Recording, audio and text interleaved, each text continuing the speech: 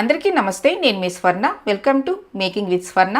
పప్పులు నానబెట్టే పని లేకుండా, మిక్సీ కూడా వేసే పని లేకుండా ఇన్స్టెంట్గా ఇడ్లీలు ఎలా చేసుకోవాలో చేసి చూపిస్తానండి. చాలా మెత్తగా ఉంటాయి, అలాగే చాలా బాగుంటాయండి. మరి లేట్ చేయకుండా ఇడ్లీలు ఎలా చేసుకోవాలో చూసేద్దామా? ఫస్ట్ మిక్సింగ్ బౌల్లో బియ్యం పిండి 2 కప్పులు వేసుకోవాలి. నేను మెజర్మెంట్ కప్పుతోటి మీకు చూపిస్తున్నానండి. మీ దగ్గర ఏ కప్పు ఉన్నా కానీ ఆ కప్పుతోటే కొలతగా వేసుకోండి. తర్వాత 1/4 కప్పు బొంబాయి రవ్వ వేసుకోవాలి. దీన్నే ఉప్మా రవ్వ అంటారు, సుజ్జీ రవ్వ అని కూడా అంటారు. తర్వాత 1 కప్పు పెరుగు వేసుకోవాలి. ఫ్రెష్ పెరుగే వేసుకోండి. ఇప్పుడు ఇందులో 1/2 స్పూను సాల్ట్ వేసుకోవాలి. సాల్ట్ మీ టేస్ట్కి తగ్గట్టుగా వేసుకోవచ్చు.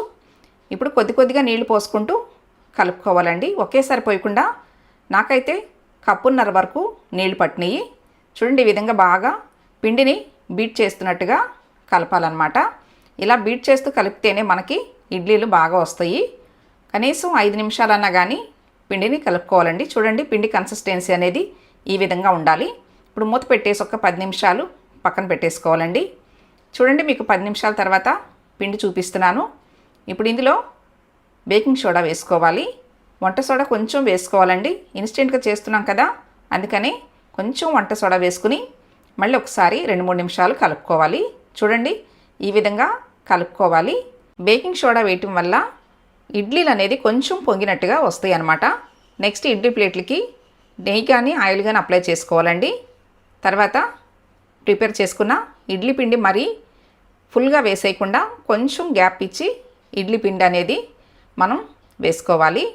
అప్పుడే మనకి చక్కగా పర్ఫెక్ట్గా ఇడ్లీలు అనేది వస్తాయండి. చూడండి, ఈ విధంగా రెడీ చేసుకున్న తర్వాత స్టవ్ మీద ఇడ్లీ పాత్ర పెట్టి 2 గ్లాసులు నీళ్ళు పోసుకోవాలి. నీళ్లు బాగా మరుగుతుండగా మాత్రమే ఇడ్లీ ప్లేట్లు అనేది తీసుకెళ్ళి పెట్టుకోవాలి. ఇదే విధంగా రెండో ప్లేట్ కూడా పెట్టుకున్న తర్వాత ఇప్పుడు మూత పెట్టేసేసి స్టవ్ మీడియంలో పెట్టుకుని 10 నిమిషాలు ఉడికించుకుంటే సరిపోతుందండి. ఎక్కువ టైం కూడా పట్టదు. 10 నిమిషాల్లోనే ఇడ్లీలు అనేది ఉడికిపోతాయి. చూడండి, ఎంత చక్కగా పొంగి ఇడ్లీలు అనేది ఎంత పర్ఫెక్ట్గా రెడీ అయినాయో. ఇంతేనండి, చాలా సింపుల్గా చేసుకోవచ్చు. ఇడ్లీలోకి ఏ పచ్చడైనా కానీ చాలా బాగుంటుంది. నేనైతే కందిపొడి చేశానండి. కందిపొడి రెసిపీ కూడా మీకు త్వరలోనే పోస్ట్ చేస్తాను.